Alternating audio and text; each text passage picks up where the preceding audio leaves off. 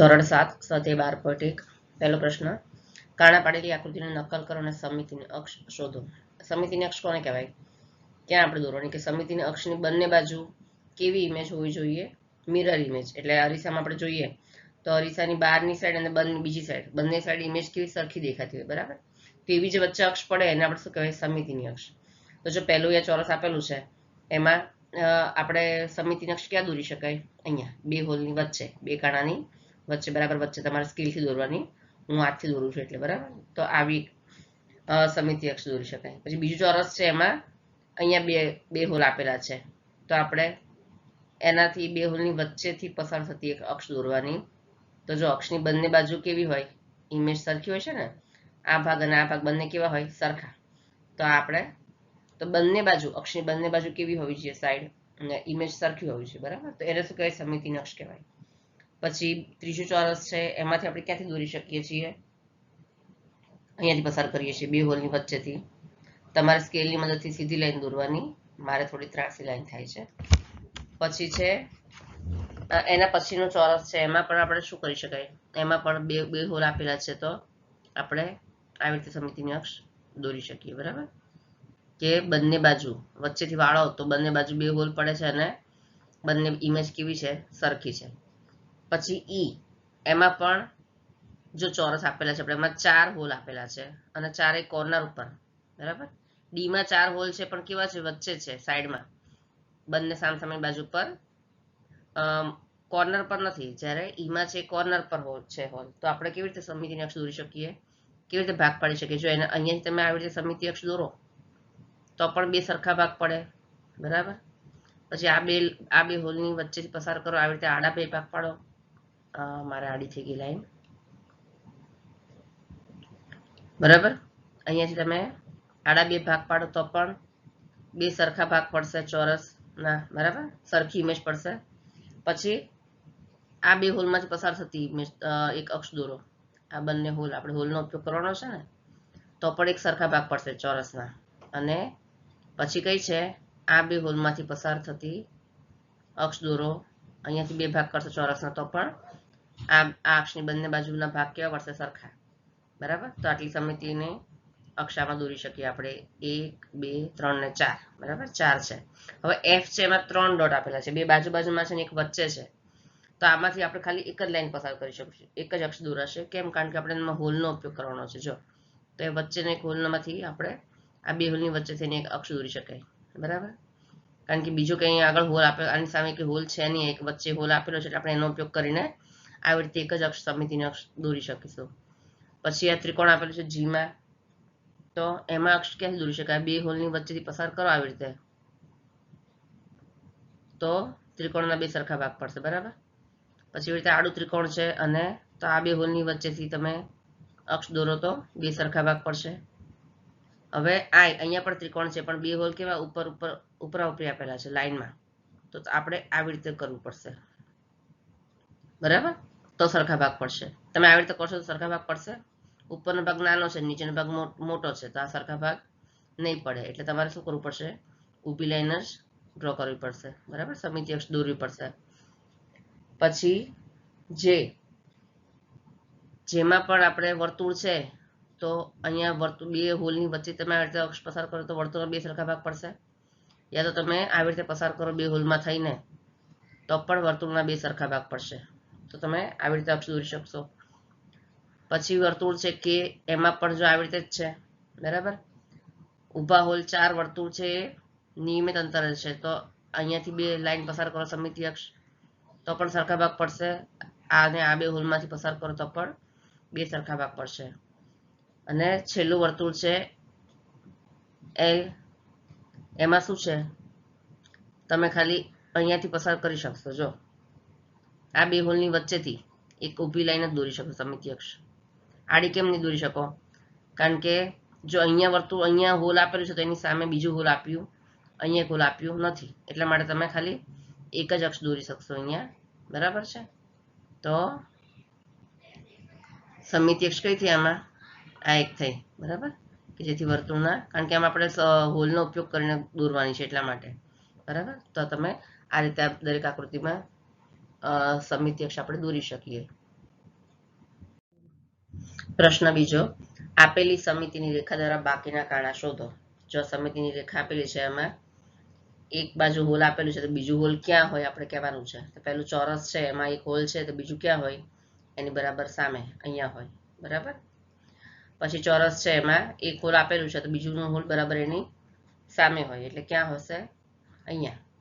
બરાબર ને, બે હોલની વચ્ચેથી સમિતિ રેખા પસાર થાય છે. પછી આ ત્રિકોણમાં એની સામે અહીંયા હોલ હોય. સર્કલ આપેલું છે એક હોલ છે તેની સામે બરાબર, ટૂંકમાં એક હોલની બરાબર સામે જ બીજું હોલ હોય. પછી બીજું સર્કલ છે એમાં બે હોલ આપેલા છે તો બાકીના હોલ ક્યાં હશે, આની સામે અહીંયા, અને નીચેનો હોલ છે તેની સામે અહીંયા આવી રીતે હોલ આવશે. પ્રશ્ન 3, નીચેની આકૃતિઓમાં અરીસાની રેખા એટલે કે સમિતિની રેખા તૂટક રેખા વડે દર્શાવવામાં આવી છે. તૂટક રેખા પર પ્રતિબિંબ વડે દરેક આકૃતિને પૂર્ણ કરો. આપણે આકૃતિને પૂરી કરવાની છે. તમે તૂટક રેખા સામે અરીસો મૂકી અરીસામાં છબી જોઈ શકો છો. શું તમે પૂર્ણ કરેલી આકૃતિના નામ ફરી યાદ કરી શકશો? હવે જે આકૃતિ પૂરી કરવાની છે અને આપણે એનું નામ પણ કહેવાનું છે. બરાબર, જે પૂરી આકૃતિ બને એને શું કહેવાય લખવાનું છે. તો પહેલી આકૃતિ છે, ચાલો આપણે એને પૂરી કરીએ. અરીસાની એક સાઈડ આપેલી છે તો બીજી સાઈડ કેવી દેખાય અરીસામાં? જો હું સ્કેલ વગર દોરું છું, તમારે સ્કેલથી વ્યવસ્થિત દોરવાની, મારે સરખી દોરાશે નહીં પણ તમને ખ્યાલ આવી જશે. બરાબર, આવી રીતે દોરાશે. તો આ કઈ આકૃતિ થઈ? આનું નામ શું છે? શેની આકૃતિ થઈ? તમે સ્કેલથી દોરશો તો આ શું થશે? ચોરસ. બરાબર, આનું નામ છે ચોરસ. પછી અહીંયા બીજી બાજુ કેવી થશે? અરીસાની બીજી બાજુ આવી થશે ને, હા બરાબર, સીધી લાઈન છે. તો આ કઈ થઈ આકૃતિ? ત્રિકોણની થઈ. બરાબર છે, આખા થઈ ત્રિકોણની. પછી આને આકૃતિ પૂરી કરો તો આ કઈ થશે? આ થશે સમબાજુ ચતુષ્કોણ. આનું નામ શું છે? સમબાજુ ચતુષ્કોણ. પછી આ આકૃતિ તમે પૂરી કરો તો થશે વર્તુળ. બરાબર, મારે વર્તુળ સરખું નહીં દોરાય તો આને આ કઈ આકૃતિ છે? વર્તુળ. પછી જો આમાં તમે ફ્રી હેન્ડ જેવી રચના બરાબર સામે જેવી છે એવી રીતે સામે તમે દોરો તો કઈ રચના થાય છે? જો આવી રીતે છે, પછી શું છે? આમ છે, અને પછી અહીંયા આવી રીતે છે. તો આ કઈ આકૃતિ થઈ? કેટલી બાજુ થાય છે? 1 2 3 4 5. જો 1 2 3, 1 2 3 4 અને આ આખી બાજુ છે 5. બરાબર, તો કેટલા ખૂણા થયા? આને શું કહેવાય છે? પંચકોણ. કઈ છે આકૃતિ? પંચકોણ. અને આને તમે એક્ઝેક્ટ આવી રીતે પૂરી કરો.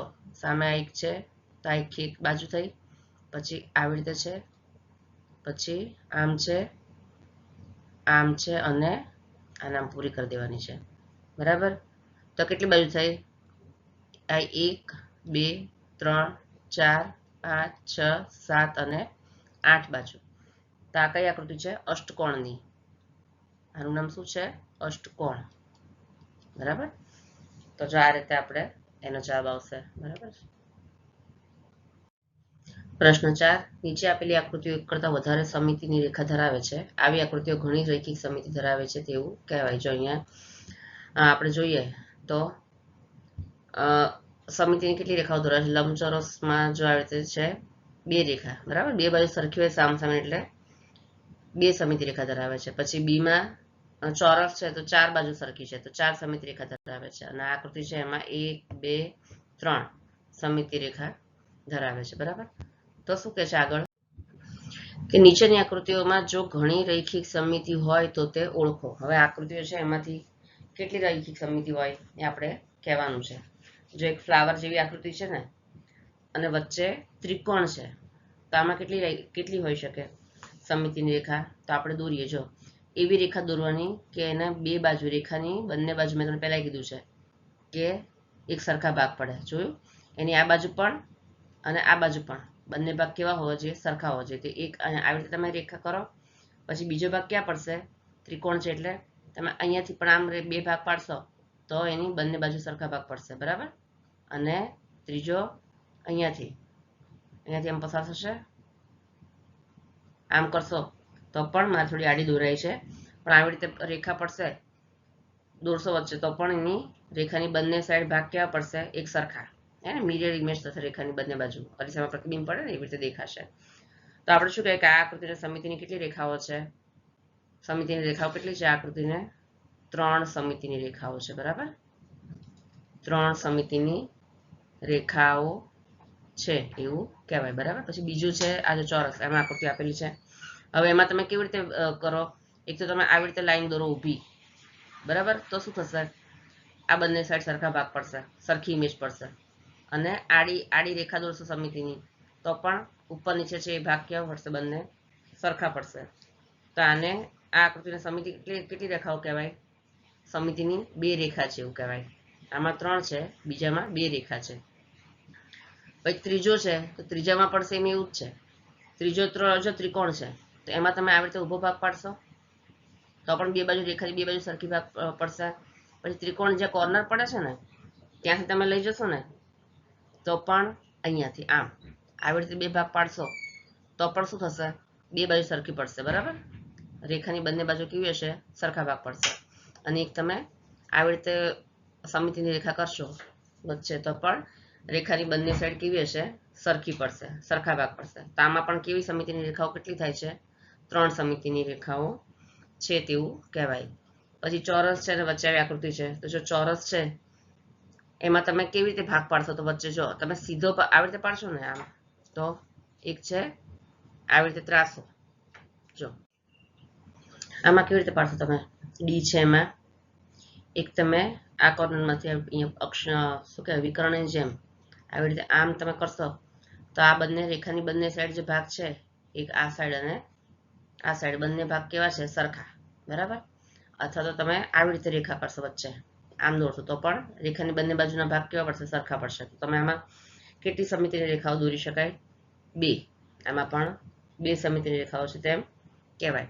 પછી અહીંયા જો ઈ આકૃતિ છે એમાં તમે કેટલા ભાગ પાડો? અહીંયાથી આમ કરો, સેન્ટરમાંથી આમ પસાર કરો તો રેખાની બંને બાજુ આકૃતિ કેવી છે? સરખી છે. યા તો તમે આવી રીતે આડા ભાગ પાડો તો પણ રેખાની ઉપર અને નીચે આકૃતિ કેવી હોય? સરખી, બરાબર? કે પછી તમે આને આવી રીતે આમ કરશો, વચ્ચેથી લઈ જશો તો પણ બંને બાજુ સરખી આકૃતિ પડશે. અને આવી રીતે કરશો તો પણ બંને બાજુ સરખી આકૃતિ પડશે, બરાબર?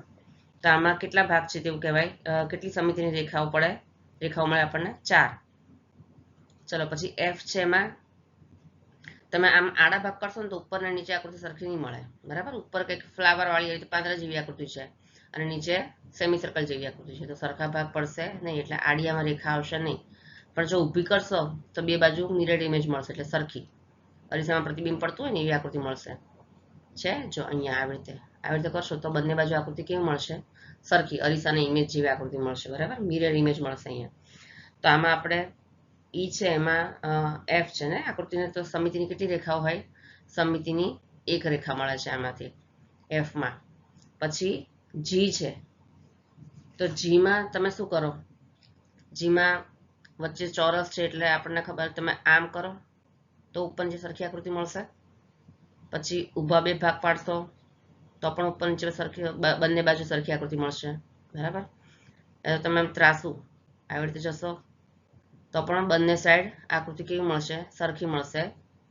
અને આ બાજુથી આમ કરશો તો પણ ત્રાસી લાઈન દોરશો તો પણ બંને બાજુ સરખી આકૃતિ જોવા મળશે, બરાબર? મિરર ઇમેજ આમાં મળશે. તો આમાં સમિતિની કેટલી રેખાઓ છે એવું કહેવાય? 4 રેખાઓ છે સમિતિની. અને એચ છેલ્લું જે ફ્લાવર છે એમાં સમિતિની કેટલી રેખાઓ મળે? તો જો આપણે જોઈ લઈએ કે 1 2 3 4 5 6 સૌથી અંદરનું ફ્લાવર છે એમાં 6 પાંદડી છે. દરેકમાં તમે રેખા પસાર કરો ને તો પણ સરખા ભાગ મળશે. જો તમે ઊભી રેખા પસાર કરો ને આમ તો લાઈનની આજુબાજુ એક સરખી ઇમેજ જોવા મળે છે, બરાબર? એક એ છે. પછી આવી રીતે આડી ઇમેજ પસાર કરો, આડી લાઈન કરો તો પણ બંને બાજુ સરખા ભાગ મળે, બરાબર? પછી આવી રીતે આમ આડી કરો ત્રાસી તો પણ બંને બાજુ સરખા ભાગ જોવા મળશે. 1 2 3 પછી આ ચોથું છે અહીંયાથી આમ પસાર કરશો તો પણ સરખા ભાગ મળશે, બરાબર? પછી આવી રીતે એક લાઈન કરશો તો પણ સરખા ભાગ મળશે અને પછી આમ કરશો તો પણ સરખા ભાગ મળશે, બરાબર. ટૂંકમાં આમાં તમારે સમિતિની કેટલી રેખાઓ હોય છે?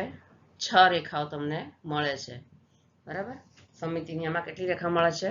6 રેખા મળે છે. પ્રશ્ન 5, અહીં આપેલ આકૃતિની નકલ કરો. પછી છે રૈખિક સમિતિ તરીકે કોઈ પણ એક વિકર્ણ લો અને વિકર્ણ વિશે આકૃતિને સમિત બનાવવા માટે વધુ ચોરસ છાયાંકિત કરો, બરાબર. બીજો પ્રશ્ન છે શું તેના માટે, જો આ પહેલો પ્રશ્ન છે, અહીંયા મેં બોલી નહીં, પછી અહીંયાથી બીજો ચાલુ પ્રશ્ન થાય છે કે શું તેના માટે એક કરતા વધુ રીત શક્ય છે, બીજો પ્રશ્ન છે. અને ત્રીજો પ્રશ્ન શું છે કે શું આકૃતિ બંને વિકર્ણો વિશે સંમિત હશે, બરાબર. તો ત્રણેય પ્રશ્ન જવાબ આપણે સમજી લઈએ એક સાથે અને પછી આપણે આ જવાબ લખી લઈએ. જો પહેલા તો આકૃતિને સંમિત બનાવવા માટે આપણે સમિત બનાવવાની છે, બરાબર. છાયાંકિત કરવાનું છે. તો આ જો આકૃતિમાં સમિત બનાવવાની હોય તો અહીંયા ધારો કે ડોટ છે અને એક ડોટ એક સ્ક્વેર અહીંયા ડાર્ક કરેલું છે, બરાબર. ચોરસની અંદર બે ચોરસ ડાર્ક છે. તો હવે અહીંયા હોલ છે તો સામેની હોલ હોવું જોઈએ ને, તો આકૃતિ સમિત થશે. એવી રીતે આ હોલની સામે અહીંયા પણ હોલ હોવું જોઈએ, બરાબર. તો આપણે આ ચોરસની બાજુવાળા ચોરસને પણ છાયાંકિત કરવાનું આવી રીતે છાયાંકિત કરવાનું કીધું છે અને આ ચોરસની બાજુના ચોરસને પણ આપણે આવી રીતે છાયાંકિત કરવું પડે, બરાબર. એવી રીતે અહીંયા હોલ છે તો આપણે સામેના હોલને પણ સામેના સ્ક્વેરને પણ છાયાંકિત કરવું પડે અને અહીંયા જે સ્ક્વેર છે એ ડાર્ક છે તો આપણે સામેના સ્ક્વેરને પણ ડાર્ક કરવો પડે, બરાબર. છાયાંકિત આપણે કરીને બતાવી દઈએ, બરાબર. કર્યું. પછી વિકર્ણ આપણે વિકર્ણ દોરી લઈએ. પહેલા તો આમના કઈ કઈ સમિતિ રેખા આપણને મળી શકે. વિકર્ણ આમાં ચોરસ છે એટલે બે વિકર્ણ મળે, એસી અને બીડી નામ આપી દેવાનું આને, બરાબર. અને બીજો વિકર્ણ છે આ, આપણે નામ આપી દઈએ આને એસી અને બીડી. ચોરસ છે એટલે બે વિકર્ણ પસાર થાય ને ચોરસમાંથી, એસી અને બીડી. જો હવે તમે આની બંને બાજુ જુઓ, કોઈ પણ એક વિકર્ણની બંને સાઈડ, તો આકૃતિ સરખી જ જોવા મળશે. પછી બીજી તમે કઈ સમિત રેખાઓ દોરી શકો, એથી વચ્ચેથી લાઈન પસાર કરો આવી રીતે આમ, બરાબર. તો પણ બંને સાઈડ આ પણ સમિત રેખા કહેવાય અને આવી રીતે તમે પસાર કરો રેખા તો પણ આ કેવી કહેવાય? સમિતિની રેખા જ કહેવાય. તો આને આપણે નામ આપી દઈશું અહીંયા EF અને GH, બરાબર. આવી રીતે આપણે નામ આપી દઈશું. હવે આપણે બધા પ્રશ્નોનો જવાબ લખી દઈશું. જો પહેલું પૂછ્યું છે તો આપણે એનો જવાબ લખી દઈએ. અહીંયા આપેલ આકૃતિ, બરાબર. તો આપણે પહેલાનો જવાબ શું આવશે કે આકૃતિમાં એસી વિકર્ણ એ સમિતિની રેખા છે. આપણે એસી વિકર્ણ દોર્યું ને, એસી વિકર્ણ છે એ શું છે? સમિતિની રેખા છે, બરાબર. એક વિકર્ણ દોરો અને સમિતિની રેખા છે કે નહીં? તો આકૃતિમાં એસી વિકર્ણ દોર્યો આપણે તો સમિતિની રેખા છે, બરાબર. પછી બીજો પ્રશ્ન શું છે કે જો બીજો પ્રશ્ન, શું તેના માટે એક કરતા વધુ રીત શક્ય છે, બરાબર. તો આપણે આકૃતિમાં શું છે, આપણે બીજા જોઈએ સમિતિની રેખા તો બીડી, પછી EF, બીજી લાઈન દોરી ને સમિતિ રેખા, EF એને નામ આપણે GH આટલા નામ આપ્યા. એ બધી રેખાઓ વડે પણ સમિત છે આ આકૃતિ. રેખાઓ વડે પણ આકૃતિ કેવી છે? સમિત છે. એ બધી રેખા દોરીએ તો પણ બંને બાજુ સરખા ભાગ પડે છે એટલે આકૃતિ કેવી છે? સમિત છે તેવું કહેવાય. એટલે આ બધી રેખાઓને પણ આપણે સમિતિની રેખાઓ કહી શકીએ, બરાબર. એટલે કે એક કરતા વધારે રીતે સમિત છે. આ જે છે ચોરસની આકૃતિ એ એક કરતા વધારે રીતે સમિત છે તેવું કહેવાય. એક કરતા વધારે રીતે સમિત છે. ખાલી એસી કે બીડી થી સમિત છે એવું નથી, બરાબર. બીજી આડી અને ઊભી લાઈન દોરી છે એનાથી પણ સમિત છે. અને ત્રીજો પ્રશ્નનો જવાબ છે, ત્રીજો પ્રશ્ન શું છે? શું આકૃતિ બંને વિકર્ણો વિશે સમિત હશે? એસી અને બીડી બંને વિશે સમિત છે, બરાબર. તો આપણે શું લખાય? હા, આ આકૃતિ એસી અને બીડી બંને વિકર્ણો વિશે સંમિત છે, બરાબર. પ્રશ્ન નંબર 6, નીચે આપેલી આકૃતિની નકલ કરો. દરેક આકારને દર્શાવેલી તૂટક રેખાની આસપાસ સંમિત બને તે રીતે પૂર્ણ કરો. ચલો આકૃતિ સંમિત બને એ રીતે એને પૂર્ણ કરવાની છે, એટલે સામે મિરર ઇમેજ થાય એના જેવી જ સેમ ઇમેજ આપણે અહીંયા કરવાની છે. તો જો પહેલા તો આ આવી રીતે છે, 1 અને 2 ખાનાથી લંબાવી છે, તો આને પણ આપણે અહીંયા જો મારે સાઈડ આડું થશે તમારે સીધું દોરવાનું, 2 ખાનાથી લંબાવી દઈશું. પછી શું છે, પછી 2 આ ઊભી અહીંયાથી શું થાય છે, અહીંયા થાય છે, 2 લાઈન આવી રીતે આમ જાય છે, બરાબર. આમ છે, 2 લાઈન આવી રીતે જાય છે. પછી 1 ખાનું છોડીને અહીંયાથી 1 ખાનું છોડીને અહીંયાથી જાય છે 1 અને 2 લાઈન, એટલે અહીંયા જાય છે આમ, બરાબર. અને પછી ત્યાંથી 1 વચ્ચે લાઈન છોડી દીધી છે અને 1 અને 2 એટલે આવી રીતે થશે, બરાબર છે. હા, તો આવી રીતે થશે. અને આ ક્યાં જશે, આ રેખા અહીંયાથી આ જે છે એ અહીંયાથી અહીંયા અડાડી દેવાની, બરાબર. થઈ ગઈ રચના. જો ફ્રીહેન્ડ જે રચના થઈ. સમમિતિ અક્ષની બંને બાજુ એક સરખી આકૃતિ તમને જોવા મળે. તમારી સ્કેલથી થોડી સીધી દોરવાની, મારે ત્રાસી થઈ છે, બરાબર. તમારે થોડી સીધી દોરવાની. પછી આ બીજું છે, એમાં આપણે સમિતિની રેખા એટલે અરીસામાં જેવી દેખાય એવી જ પ્રતિબિંબ સામે દોરવાનું. અહીંયા સામે છે તો સામે રેખા, બીજી રેખા આવી રીતે કરવાની, ત્રીજી આમ સામે દોરવાની, બરાબર. એની સામે ફ્રી હેન્ડ કેમ દોરીએ આપણે, સામે સરખું એના જેવું જ. પછી આ આમ દોરવાની છે, અને પછી છેલ્લી છે આ જો અહીંયા, પછી અહીંયા છે, અહીંયા છે, અહીંયા છે, અહીંયા છે, બરાબર. આમ થઈ ગયા. પછી એવી રીતે સામે આ બાજુ પણ એક એક પગથિયું સ્ટેપ કેમ ઉતરતા હોય એવી રીતે દોરવાની છે આકૃતિ, આમ આમ અને આમ. એ જ રીતે અહીંયા પણ આવી રીતે એક એક સ્ટેપ ઉતરતા જવાનું, એક એક સ્ટેપ પાછળ લેતા જવાનું, આમ આમ અને આમ. થઈ ગઈ બંને અક્ષની સામ સામે મિરર ઇમેજ, બરાબર. પછી એ રીતે અહીંયા તો આની સામે મારે બરાબર નહીં દોરાય સેમી સર્કલ, પણ આમ કરવાનું છે, આ બાજુ આમ અડાડી દેવાનું, પછી અહીંયાથી આમ અડાડી દેવાનું, અને અહીંયાથી આમ અડાડી દેવાનું, બરાબર. થઈ ગઈ મિરર ઇમેજ સમમિતિ અક્ષની બંને બાજુ એક સરખી રચના. આપણે આવી રીતે આકૃતિ પૂરી કરવાની. પછી ઈ ABCD D, અચ્છા મારે રહી ગઈ છે આમાં, પણ એવી આકૃતિ કેવી છે કે જો ડોટ ડોટ વાળું તમારે આવી રીતે એક સરખા આપણે ગ્રાફ કેમ હોય એવી રીતે ગ્રાફ જેવી રચના છે, અને એની અંદર આવી ટૂંકમાં આવી રીતે ચોરસ દોરેલું છે, અને એમાં વચ્ચે સમિતિની અક્ષ દોરેલી છે. અને હું તમને ખાલી અત્યારે કહી દઉં છું કેવી આકૃતિ છે મારે આમાં રહી ગઈ છે કરવાની. તેમાં ચોરસ છે ડોટ ડોટ, અને એમાં વચ્ચે સમિતિ અક્ષ દોરેલી છે.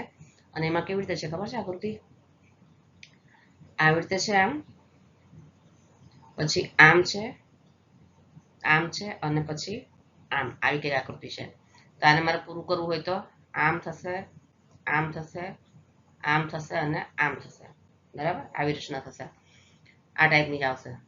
તો આથી આપણે આસપાસ આપણે સમમિત બને એ રીતે આપણે આકૃતિ આ રીતે પૂરી કરવાની.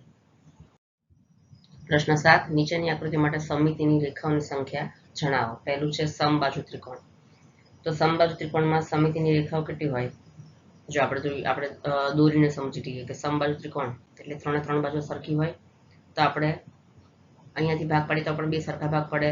પછી અહીંયાથી આપણે અક્ષ દોરીએ તો પણ રેખાની બંને બાજુ સરખા ભાગ પડે, અને અહીંયાથી પણ. તો 1, 2 ને 3 હોય, બરાબર. સમબાજુ ત્રિકોણમાં સમિતિની રેખાઓ કેટલી હોય, 3 હોય. પછી ચોરસ છે, નહીં સોરી, સમદ્વિબાજુ ત્રિકોણ છે. હવે સમદ્વિબાજુ ત્રિકોણ એટલે કે જેની 2 બાજુઓ સરખી હોય, 1 અને 2, બરાબર.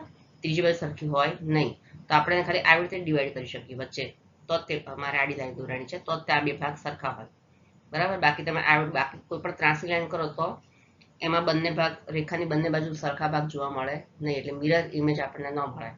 તો સમદ્વિબાજુ ત્રિકોણમાં સમિતિની રેખાઓ કેટલી હોય છે, એક જ મળે છે, ખાલી કેટલી, એક જ મળે છે. પછી છે વિષમ બાજુ ત્રિકોણ. તો વિષમ બાજુ ત્રિકોણમાં શું હોય કે 3 બાજુ અલગ અલગ હોય, એક આ હોય છે આવી, પછી એનાથી મોટી અને સૌથી મોટી આવી, ધારો કે આ ટાઈપનો વિષમબાજુ ત્રિકોણ હોય તો એમાં તમે એક પણ બાજુ એને સમિતિની રેખા ન દોરી શકો. ક્યાંય પણ તમે રેખા દોરો તો બંને ભાગ કેવા પડે, જુદા જુદા હોય. એટલે એક પણ રેખામાં આમાં સમિતિની અક્ષ મળતી નથી. તો આમાં આપણને કેટલી મળે સમિતિની રેખાઓ? આનો જવાબ આવશે 0. પછી છે ચોરસ, બરાબર. ચોરસ છે તો ચોરસમાં આપણને ખબર છે, આપણે આગળ જોયું છે કે ચોરસ છે, બરાબર, સરખું દોર્યું. ચલો, તો આમાં તમે આવી રીતે બે ભાગ પાડો તો પણ સરખા પડે, આવી રીતે પાડો બે ભાગ તો પણ સરખા પડે. વિકર્ણો દોરો, ત્રીજો અને આ ચોથી, બરાબર. આ રીતે વિકર્ણ કરો તો પણ સરખા ભાગ પડે. તો કેટલા આપણને સમિતિની રેખાઓ મળી ટોટલ? આડી, ઊભી અને બે ત્રાંસી, એટલે 4. તો ચોરસમાં સમિતિની રેખાઓ કેટલી હોય છે? 4 મળે છે, બરાબર. પછી લંબચોરસ, તો લંબચોરસમાં શું હોય? સામસામેની બે બાજુઓ સરખી હોય છે. યા તો તમે આવી રીતે એને બે ભાગ પાડો તો આ બે બાજુ સરખા હોય છે, બે ભાગ સરખા પડે, કે પછી તમે એને આવી રીતે કરો તો આ બે બાજુ એને સરખી હોય છે, મિરર ઇમેજ પડે છે. આમાં આપણે વિકર્ણ કરીએ ચોરસની જેમ તો સરખી ઇમેજ મળે નહીં. એટલે લંબચોરસમાં સમિતિની રેખાઓ કેટલી હોય છે? 2 હોય છે. પછી સમબાજુ ચતુષ્કોણ, તો સમબાજુ ચતુષ્કોણ અહીંયા દોરું તો અહીંયા આવી રીતે આમ દોરું સમબાજુ ચતુષ્કોણ, આવી રીતે આવો હોય છે ને, બરાબર. તો આમાં આપણે કેટલી કરાય? વચ્ચેથી આવી રીતે બે ભાગ પાડીએ, આવી રીતે આમ આમ ને આમ, તમે બે સરખા ભાગ પડે નહીં. આડાનો ભાગ કરીએ ભાગ તો સરખા ભાગ પડે નહીં. તો કેવી રીતે કરી શકાય? આમાં ક્રોસમાં વિકર્ણ લઈ શકીએ, આવી રીતે કરીએ તો આ બે ભાગ છે સરખા છે, પછી એક વિકર્ણ આ લઈએ તો પણ આ બે ભાગ સરખા છે. તો સમબાજુ ચતુષ્કોણમાં કેટલા મળે? સમિતિની રેખાઓ 2 મળે. પછી સમાંતર બાજુ ચતુષ્કોણ, તો સમાંતર બાજુ ચતુષ્કોણ હોય તો આ એક છે, બરાબર. આમ આ સમાંતર બાજુ થઈ, આ સમાંતર બાજુ છે, સામસામે બે બાજુ સરખી હોય તો આમાં એક પણ બાજુ તમે વિકર્ણ પણ ન કરી શકો અને આવી રીતે ઊભા ભાગ પણ, ઊભા કે આડા એક પણ ભાગ ન પાડી શકો આમાં. તો સમાંતર બાજુ ચતુષ્કોણ છે એમાં પણ શું કહેવાય, આપણે 0 મળે છે સમિતિ રેખાઓ. કેટલી મળે છે? 0. પછી આવે છે ચતુષ્કોણ. ચતુષ્કોણ એટલે 4 ખૂણા, આડો કેવો પણ આપણે ચતુષ્કોણ દોરી શકીએ, બરાબર. આ ચાર બાજુ થઈ. તો ચતુષ્કોણ છે તો ચતુષ્કોણમાં પણ કેટલી મળે છે સમિતિની રેખાઓ? 0 મળે છે. ચતુષ્કોણમાં પણ કેવી મળે છે સમિતિની રેખાઓ? 0. પછી છે નિયમિત ષટકોણ. તો નિયમિત ષટકોણની આકૃતિ કેવી છે? 1, 2, 3, 4, 5 અને 6 ષટકોણ થઈ 6 બાજુ. તો આમાં કેટલી સમિતિની રેખાઓ મળે? એક તો આપણે કોર્નર પરથી લઈએ એક રેખા, બરાબર. પછી આ મળશે બીજી રેખા, આ ત્રીજી રેખા. કોઈ પણ રીતે તમે કરો તો બંને બાજુ સરખી આકૃતિ જોવા મળશે. પછી બાજુઓ છે ત્યાંથી પણ તમે લઈ શકો, ચોથી રેખા, પછી સામસામેની બાજુ પાંચમી રેખા અને આ છઠ્ઠી રેખા વચ્ચેથી લેવાની. તો જો નિયમિત ષટકોણમાં આપણને કેટલી મળશે સમિતિની રેખાઓ? 6 મળશે, બરાબર. પ્રશ્ન નંબર 8, અંગ્રેજી મૂળાક્ષરના કયા અક્ષર પરાવર્તિત સમિતિ ધરાવે છે, એટલે કે અરીસામાં મળતા પ્રતિબિંબ સંબંધિત સમિતિ? ઊભો અરીસો, આડો અરીસો અને સી છે આડો અને ઊભો બંને અરીસા. પહેલો છે આપણે ઊભો અરીસો. એટલે આપણે કયા લેટર અંગ્રેજી મૂળાક્ષરના આપણે જોઈએ તો ઊભા એના ભાગ પાડીએ ને, ટૂંકમાં એમાં શું કહે છે ઊભો અરીસો એટલે કે એને તમે ઊભા બે ભાગ પાડો ને એક સરખા તો બે મિરર ઇમેજની એક સરખી જોવા મળે ઊભી. તો એમાં કઈ આવશે? જો હું પહેલા તમને લેટર લખી દઉં અંગ્રેજી મૂળાક્ષર, બરાબર, અને પછી તમને કહું. જો એક તો આવશે એ, બરાબર, એ છે એ. આના તમે આવી રીતે બે ભાગ પાડશો ઊભા તો બે બાજુ સરખી ઇમેજ જોવા મળશે ને, એટલે એ છે. પછી આડા ભાગ પાડશો તો ઉપર જે સરખી ઇમેજ જોવા નહીં મળે, એટલે એ છે. પછી આવશે એચ, એ પછી કઈ આવશે? એચ આવશે, એચ. એના બે સરખા ભાગ પાડશો તો બે બાજુ સરખી ઇમેજ જોવા મળશે. આડા કરીએ તો આડી પણ સરખી મળે અને ઊભી પણ સરખી મળે. પછી જો હું જે લેટર લખું ને એના તમે બે ભાગ સરખા પાડી દેવાના. આઈમાં પણ વચ્ચે લાઈન કરો તો બે બાજુ સરખી ઇમેજ જોવા મળે. પછી એમ, તો એમમાં પણ તમે વચ્ચે આમ કરો તો બે બાજુ સરખી ઇમેજ જોવા મળશે, બરાબર, મિરર ઇમેજ તમને જોવા મળશે. એવી રીતે જેટલા લેટર લખો દરેકને તમારે ઊભા ભાગ પાડીને ચેક કરી લેવાનું તો સરખી ઇમેજ મળે. પછી છે ઓ, ઓને વચ્ચેથી આપણે એક રેખા દોરીએ તો બે બાજુ સરખા જોવા મળે. પછી એવી રીતે ટી, પછી છે યુ, બરાબર, વચ્ચે લાઈન દોરો, ઊભી લાઈન, તો બે બાજુ સરખી ઇમેજ જોવા મળે. વી છે, એમાં પણ વચ્ચે ઊભી લાઈન કરો તો બે બાજુ સરખી લાઈન જોવા મળે. ડબલ્યુ છે, જેવી રીતે એમ ના બે સરખા ભાગ પડે તે ડબલ્યુ ના પણ તમે બે ભાગ સરખા પાડી શકો છો. એક્સ છે, એને પણ ઊભી અને આડી બંને રીતે તમે એને કરી શકો, પણ ઊભો અરીસામાં એક્સ નામ આવે. અને છે વાય, બરાબર, વાય, એને પણ તમે ઊભા બે ભાગ પાડો તો બંને બાજુ સરખી ઇમેજ જોવા મળે છે, બરાબર. તો ઊભા અરીસામાં આટલા મૂળાક્ષર આવશે. પછી આડા ભાગ પાડો તો એમાં કયા કયા લેટર આવશે, અંગ્રેજી મૂળાક્ષર આવશે. એક તો બી આવશે, જો બી, બરાબર. બી ને તમે આડા ભાગ પાડશો તો ઉપર નીચે એક સરખી ઇમેજ જોવા મળશે, બરાબર. ઊભો ભાગ પાડશો તો સરખી જોવા નહીં મળે, પણ આડા કરશો તો સરખી આવશે. પછી કઈ આવશે, સી. સી ને પણ તમે આડું કરશો તો એક આ રીતે કરશો તો ઉપર નીચે સરખા ભાગ જોવા મળશે, ઊભો કરશો તો જોવા મળશે નહીં મળે, એટલે સી આવશે. પછી જે લેટર લખો એ દરેકને તમે આડા ભાગ કરી જોવાના, બરાબર. ઊભા કરશો તો નહીં આવે, પણ આડા કરશો તો સરખા ભાગ જોવા મળશે. પછી ડી છે, પછી શું છે, ઈ, બરાબર. પછી છે એચ, જો એચ ઊભામાં આવશે ને આડામાં આવશે. એચ ના તમે આડા બે ભાગ પાડો તો ઉપર જે સરખા ભાગ જોવા મળશે, અને એવી રીતે ઊભા કરશો તો પણ બંને બાજુ સરખા ભાગ જોવા મળશે, તો એચ આવશે. પછી કયું આવશે, આઈ. આઈ ના પણ ઉપર નીચે બે ભાગ વચ્ચેથી કરશો તો ઉપર સરખા ભાગ જોવા મળશે. પછી એ જ રીતે ઓ, એના પણ આડા કરો કે ઊભા સરખા ભાગ જ જોવા મળશે. અને પછી છે એક્સ, એને તમે આડી રેખા દોરશો વચ્ચે તો પણ ઉપર નીચે સરખા ભાગ જોવા મળશે. હવે આડો ને ઊભો બંને અરીસા કે જે આડામાં આવે છે ને ઊભામાં આવે છે, તો આમાં અમુક લેટર છે ને કે જે આપણે ઊભામાં લખ્યા છે અને આડામાં લખ્યા છે, તો એ કયા છે કે તમે ઊભો કરો કે આડો કરો તો પણ એમાં બંને બાજુ કે ઉપર નીચે સરખી ઇમેજ જોવા મળે. એક એચ છે, એમાં તમે ઊભો અને આડો બંને અરીસો હોઈ શકે. પછી આઈ છે, ઓ છે અને એક્સ છે, બરાબર. આટલા છે કે જેને તમે ઊભો કરો તો પણ આ બાજુ સરખી ઇમેજ જોવા મળે, આડો કરો તો પણ ઉપર નીચે સરખી ઇમેજ જોવા મળે છે, બરાબર. ચાલો પ્રશ્ન 9, 3 એવા આકારના ઉદાહરણ આપો કે જેમાં સમમિતની રેખા ન હોય તો આપણે આગળ પ્રશ્ન નંબર 7માં આપણે જોયું કે સમમિતિની રેખા જ ન હોય. ચતુષ્કોણ છે, બરાબર. પછી વિષમ બાજુ ત્રિકોણ છે, એ બે તો હતા જ કે જેમાં સમમિતિની રેખા ન હોય, બરાબર. તો વિષમ બાજુ એક તો આપણે કયું નામ આપી શકીએ, પહેલું 3 નામ આપવાના છે. પહેલું નામ આપણે આપી દઈએ, એક મિનિટ, પહેલું નામ આપણે આપી દઈએ વિષમ બાજુ ત્રિકોણ. કયું આપશું, આપણે જોયું હતું ને કેવી રીતે પ્રશ્ન નંબર 7માં. તો પહેલું નામ છે વિષમ બાજુ ત્રિકોણ, કે તમે આડો કે ઊભો કઈ પણ ભાગ પાડો તો એમાં સરખા ભાગ તમને જોવા મળે નહીં, એક પણ બાજુ રેખાની બંને સાઈડ તમને અલગ અલગ ભાગ જોવા મળે. પછી બીજું છે અનિયમિત પંચકોણ. અનિયમિત પંચકોણ, જો આપણે નિયમિત પંચકોણ આગળ જોયું, નિયમિત પંચકોણ હોય તો એમાં તમે સમમિતની રેખા આપણે જોઈ શકીએ છીએ, પણ અનિયમિત પંચકોણ હોય તો એમાં સમમિતિની રેખા જોઈ શકીએ નહીં, બરાબર. જે પંચકોણની આકૃતિ દોરવું આવે 1 2 અને 3. અચ્છા, આપણે આકૃતિ આગળ જોઈ હતી પ્રશ્ન નંબર કયામાં જોઈ હતી, પ્રશ્ન નંબર 3માં, કે પંચકોણની આકૃતિ નિયમિત હતી તો આપણે સમમિતિની રેખા મળતી હતી, બરાબર. 1 પછી 2 અને 3 આવી આકૃતિ પંચકોણની, બરાબર. તો આપણે વચ્ચેથી એક સમમિતિની રેખા મળતી હતી. પણ અનિયમિત પંચકોણ હોય તો આપણે એમાં કોઈ પણ આકૃતિ અનિયમિત હોય તો એમાં આપણે સમમિતિની રેખા આપણને મળે નહીં, તો અનિયમિત પંચકોણ. પછી એ રીતે ત્રીજી કોઈ અનિયમિત હોય તો ષટકોણ છે, કે ટૂંકમાં કોઈ પણ આકૃતિ જે અનિયમિત હોય તો એમાં તમે સમમિતિની રેખા મળી શકે નહીં. એવી રીતે અનિયમિત સપ્તકોણ લખો તો પણ આપણને એમાં સમમિતિની રેખા મળે નહીં.